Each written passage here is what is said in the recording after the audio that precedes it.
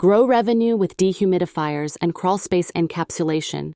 After taking today's course, you will be able to explain how thermal dynamics affects homes, demonstrate knowledge of the IRC encapsulation energy code, explain differences in techniques used to control moisture in crawlspaces, perform a crawlspace inspection for moisture issues, use inspection tools to detect moisture levels in crawlspaces, detail the crawlspace encapsulation process, explain why dehumidifiers are the only viable way to remove humidity from a crawlspace, understanding thermal dynamics.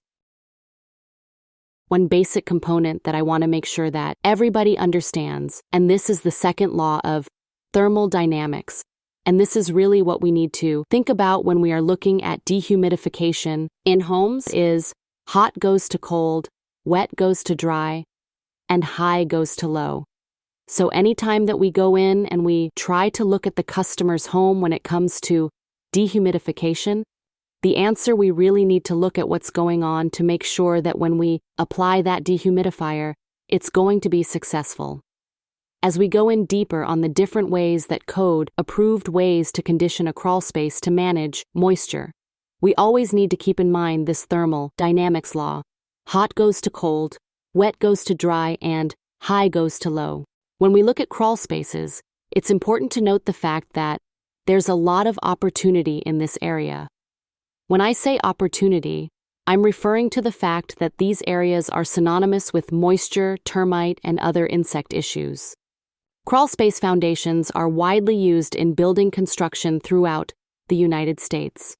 This is proven by the fact that around 250,000 new homes are built on crawlspaces each year.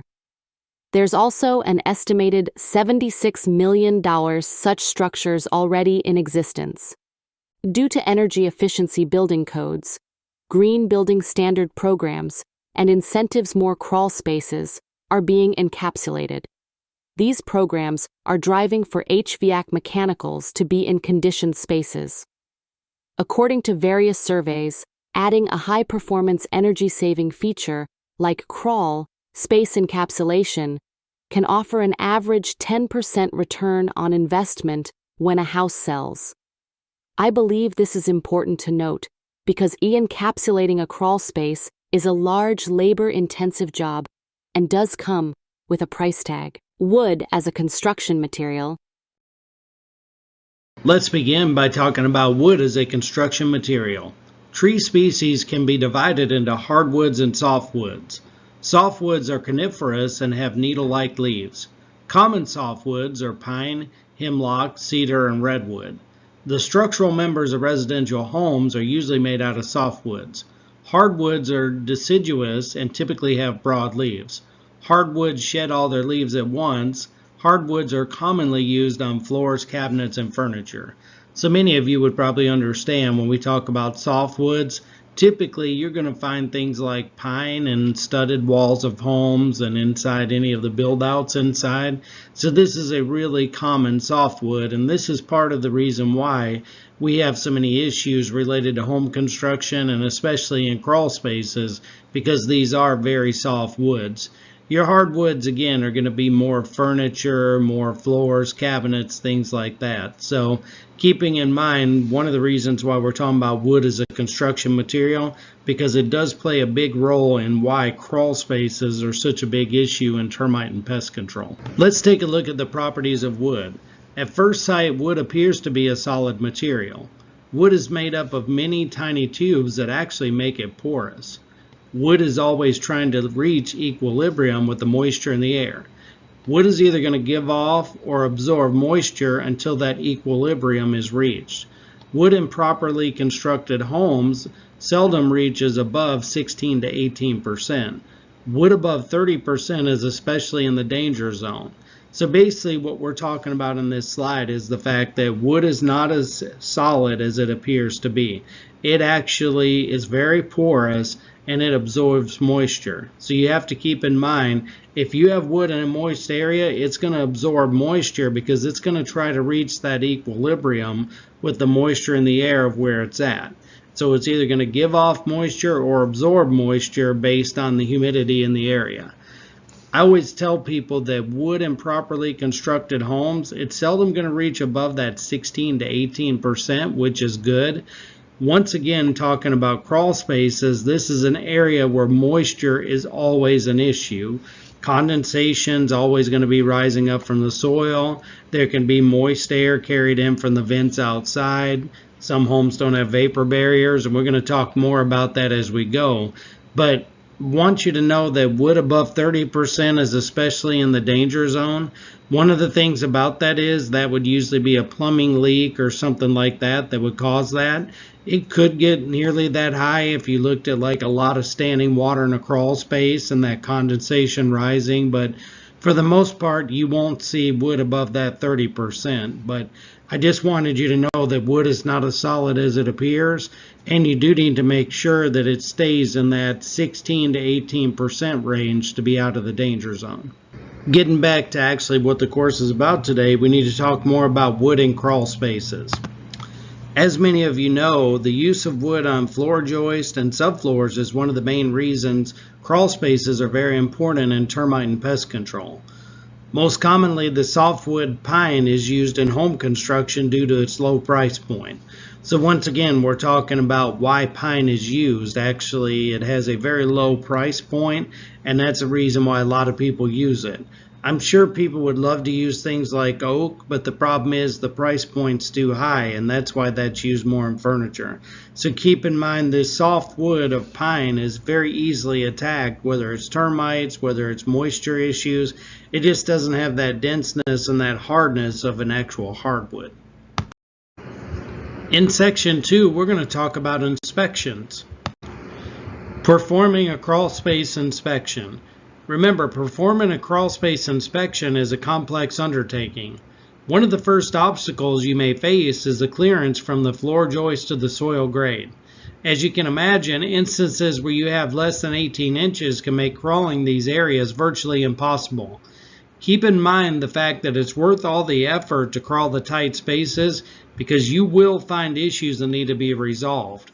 And I tell people this all the time, it's very important to get in these crawl spaces because if you don't, you're not really taking care of your customer. The fact of the matter is that they can be very tight. I've even had instances where we had to dig our way through a crawl space, move soil and different things. But that's where you're going to find the major problems, especially as we're going to talk later about like moisture issues. The closer the floor joists are to the soil, the more problems there can be. So I do understand if it's less than 18 inches, especially, it can be really tough to crawl. But you really want to get underneath there. It's going to be good for your business, good for the customer, and everybody's going to win. So what type of tools would you need when doing an inspection? You know, if you ask different people, you're going to get a wide variety of answers to this question. I would definitely tell you this, just looking on our screen, one of the things that I like are tweezers and probe tools. Definitely like brushes. Flashlights are imperative. You really can't do an inspection at all without a flashlight. Black lights can be good to show things like urine, things like that. A good inspection mirror as well, because with a good inspection mirror that's flexible, you can look up underneath things and behind things a whole lot easier. Now obviously you could use things like an aspirator, a white rubber mallet. Specimen vials can be good just to collect any insects you may find. Knee pads are a good idea because they protect you when you're crawling in crawl spaces and areas like that. Screwdrivers and a magnifying glass. And of course a Termitrak eye tracker we really like because there's a lot of functions that can help you do a great inspection. Inspection techniques and equipment. As we mentioned before, good light is essential. The inspector should carry an extra flashlight to prevent unnecessary delays during inspections. A heavy jackknife, awl, or dental tools for probing into the wood is also a necessity. A thick piece of spring-sealed or a hacksaw blade is needed for testing earth-filled porches. A screwdriver, measuring tape, or wheel, and a small hammer should be included with your equipment. A light, strong ladder is essential. Coveralls, a stocking cap, gloves and knee pads, chalk, respirator, telescoping mirror, hand microscope, magnifying glass, and an eye tracker make up the balance of the essential equipment. Some inspectors carry cameras or use their phone to photograph special conditions. A legal-sized clipboard equipped with inspection tags, ruler, and pencil is handy to sketch a diagram of the structure and make notes of findings. So the way to get started on the inspection is to enter the crawl space and inspect in a clockwise format. You can see the little diagram we've drawn here where you actually see the crawl entry door. You're going to go in and you can see yellow marks on this diagram to where we're actually showing where you shine the flashlight to all the walls and you take a look at everything. Always do it in a clockwise format to make sure you shine all walls. Now, I do understand there can almost be like separate rooms and things inside of a crawl space. It's almost kind of interesting how you can go through a little opening and end up in another room. But keep in mind, if you work in a clockwise format, even if you're in a main crawl space that opens up to a smaller one, you just go into the smaller one, do the clockwise format, come out, and then pick up right where you left off in the main crawl space. But this is a way to make sure you don't miss anything. Inside a crawl space, there's just so many different things that can be going on. You really need to get a full idea of what you can see while you're under there. So go in, do the clockwise format inspection, but keep in mind you're also going to need to write things down when you get out. So you really either got to have like a notebook in your pocket, maybe a little notepad, or have a good memory of the things you see, because once you come out of that crawl space, there's going to be a lot to figure out in your mind when you're drawing a diagram and things like that. And you really want to make sure you note everything. And again, take photos as you go, because this will help you doing the inspection and help you draw the diagram at the end. One of the biggest things you're going to run into in a crawl space is termite activity.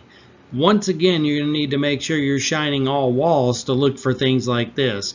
You also need to look at the block piers in a crawl space to make sure there's not any activity around those. So as you can see in the photo here, there's some nice big termite tubes that have built up the outside wall of a crawl space here.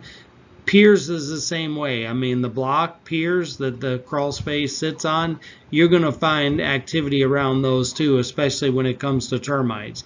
So you need to make sure you shine all these areas. Once again, you're going to need to be looking for things like the tubes. You're going to need to be looking for moisture. Obviously, as you go, you're going to see more and more things. Like in this particular crawl space, the vapor barrier was really broken down. So there's just a laundry list of issues you can come across, but make sure, again, you're shining all the walls, the piers, and make sure you're keeping a mental note or a notepad to write down your inspection findings when you're done. The photo on this screen is a picture of termite tubes found in a crawl space in Florida. One of the things I want you to be aware of is the fact that drywood termites can also infest crawl spaces. This is going to be most common in the Gulf coastal states to the Carolinas, even places like New Mexico, Arizona, and California. So if you're in the Midwest, the Northeast, the Upper Plains, you're definitely not going to have a problem with this. But it is something to note that there can be drywood termites, and you're going to be looking for things like frass and their fecal pellets in the crawl spaces. The eye tracker made by Termatrack can aid us in identifying if the termites are active or if it's old evidence. Another interesting thing you're going to come across in crawl spaces is fungi and microbial growth. There's a lot that could be said about these things, and each state has a different idea of how they look at this as far as treatments, as far as what you need to write down on inspections. But I did want to let you know that fungi are common in crawl space inspections. This is especially true in more humid areas in the eastern U.S. and along the Gulf Coast and even in the Pacific Northwest. So if you're in a drier area, say like West Texas or Arizona, California, Nevada, you may not see as much of this because the relative humidity is so much lower.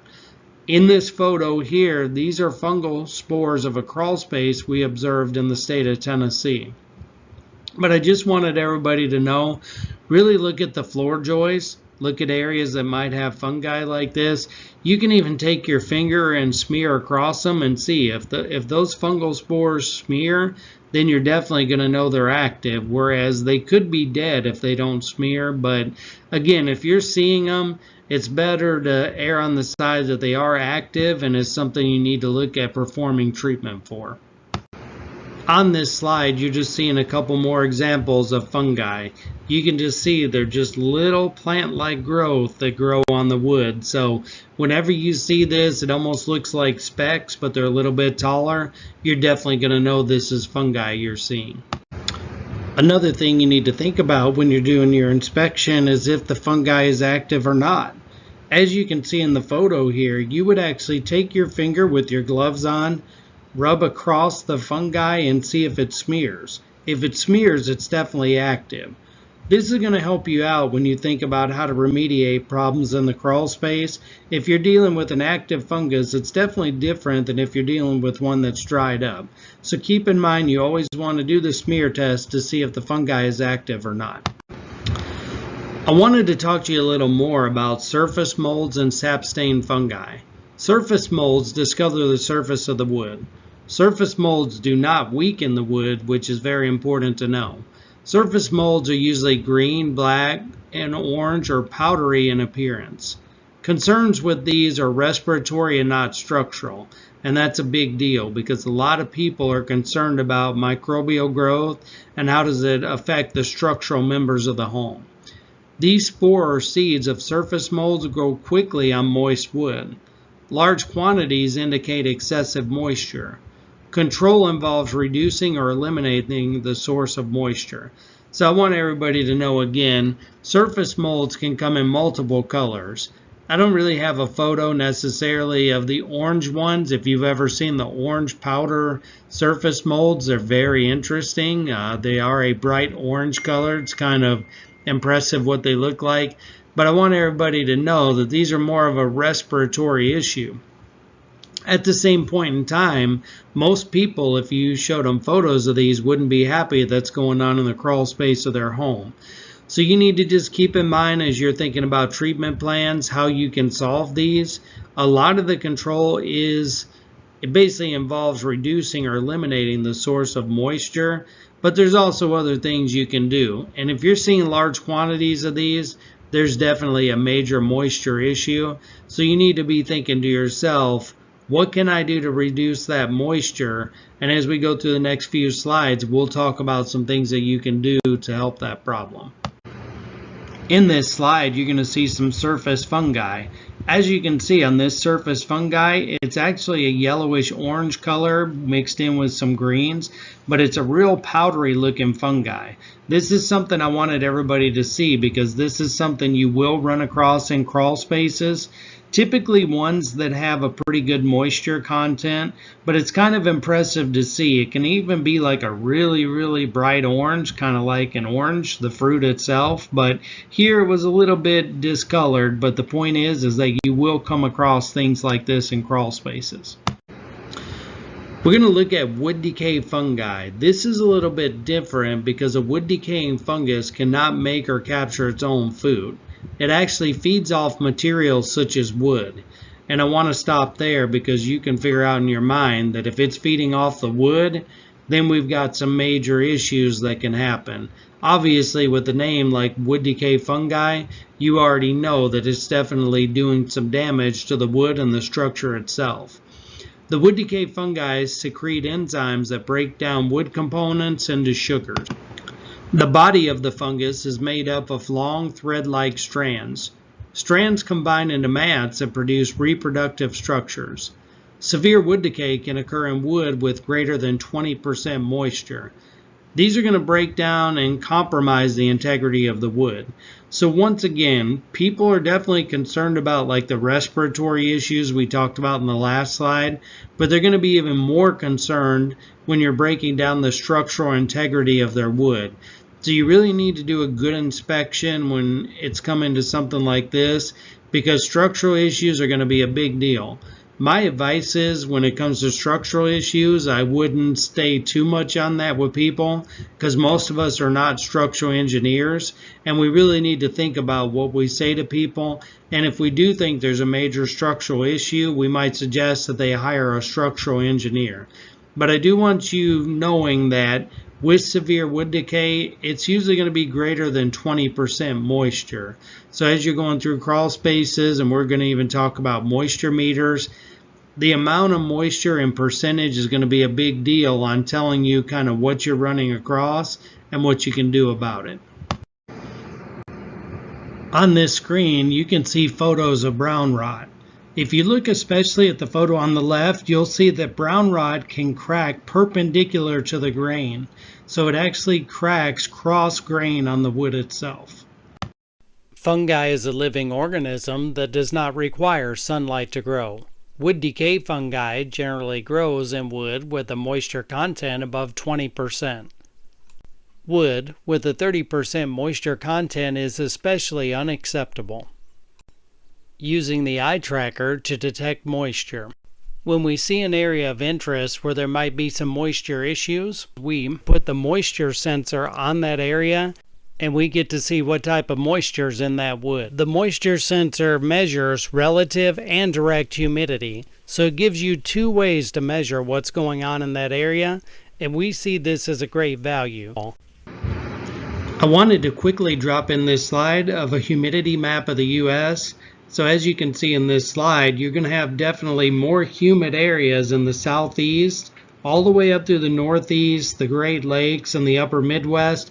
As you go out west into the desert, you're going to have states like Arizona, New Mexico, Nevada that have a very low relative humidity. So keep this in mind when you're thinking about your inspections, what the humidity is, and how this is going to affect the types of insects you would come across in your area, and including moisture issues in crawl spaces.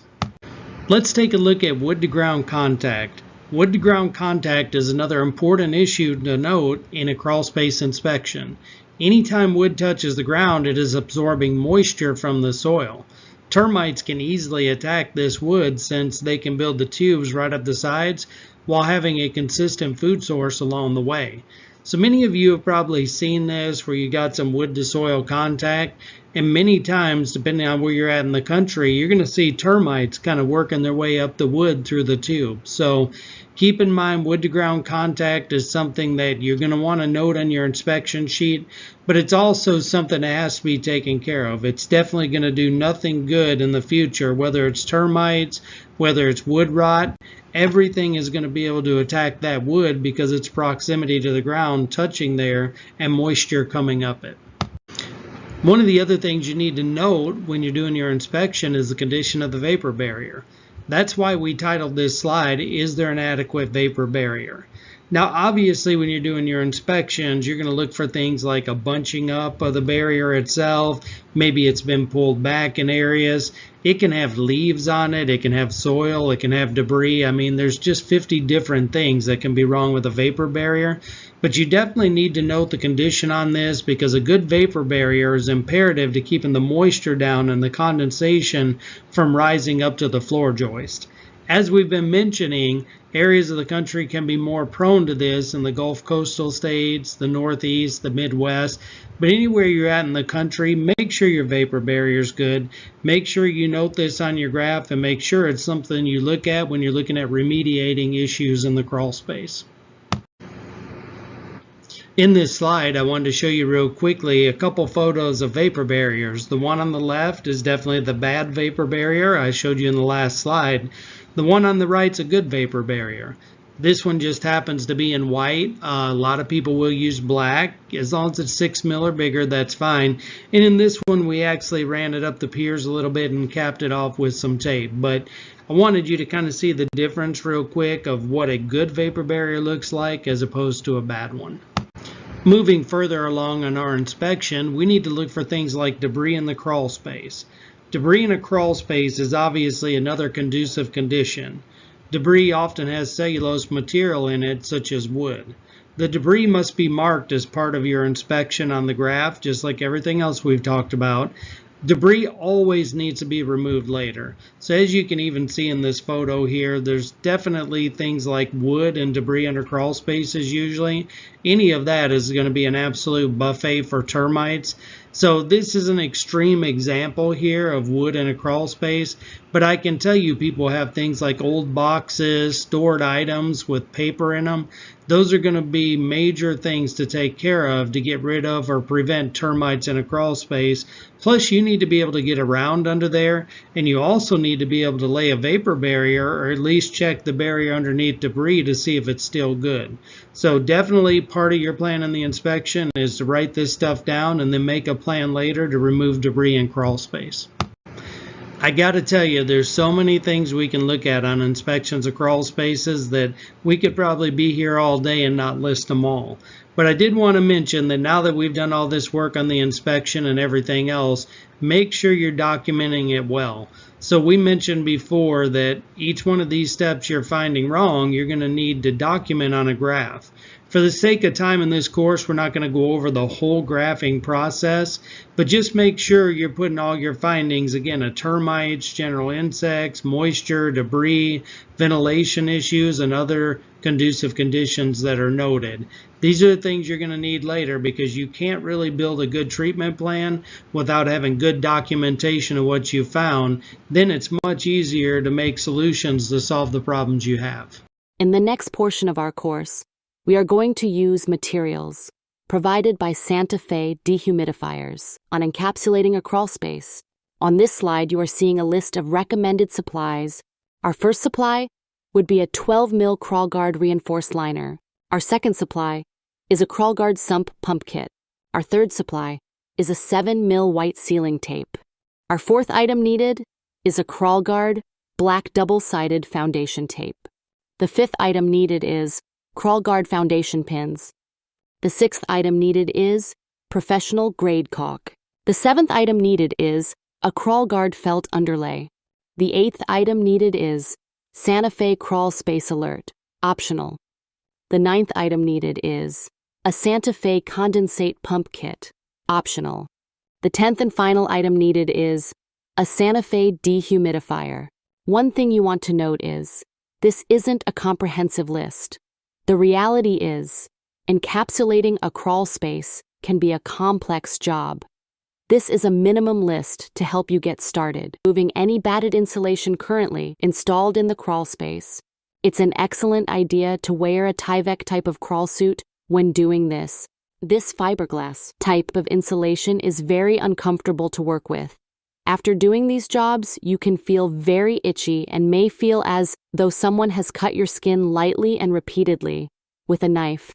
I use that description because it's the best way to describe how uncomfortable it can be to have any of your skin exposed to the insulation when completing this part of the job. As you're pulling the insulation from the bottom of the subfloor, use a tarp to stack the insulation on and pull it in batches. This is much easier than dragging it piece by piece out of the crawl space and to the haul-away point. Reinstalling insulation. It's important to note that customers will typically want new insulation reinstalled. This makes sense because a crawl space encapsulation will not keep the space conditioned at the desired level without this step. In my experience, the best way to re-insulate a crawl space is with foam board insulation. Measuring the foundation walls. In this step, we are going to measure the foundation walls vertically and horizontally. This will give us the required dimensions for the foam board insulation. Once you have your measurements, using a set of sawhorses outside of the crawl space is the best way to support the foam board while cutting it. At this point, I would suggest using a T-square to mark your measurements on the foam board sections to be cut. This can be best accomplished using a circular saw to get as precise of a cut as possible. We're now ready to take our cut foam boards into the crawl space and attach them to the foundation walls. Let's start adding the foam insulation to the crawl space walls. A product we will need is expanding foam. This will be used to seal off the foundation vents and make sure these areas are insulated. You will be using previously cut foam board pieces that fit in these vent openings. Next, we add the foam board panels to the crawl space walls.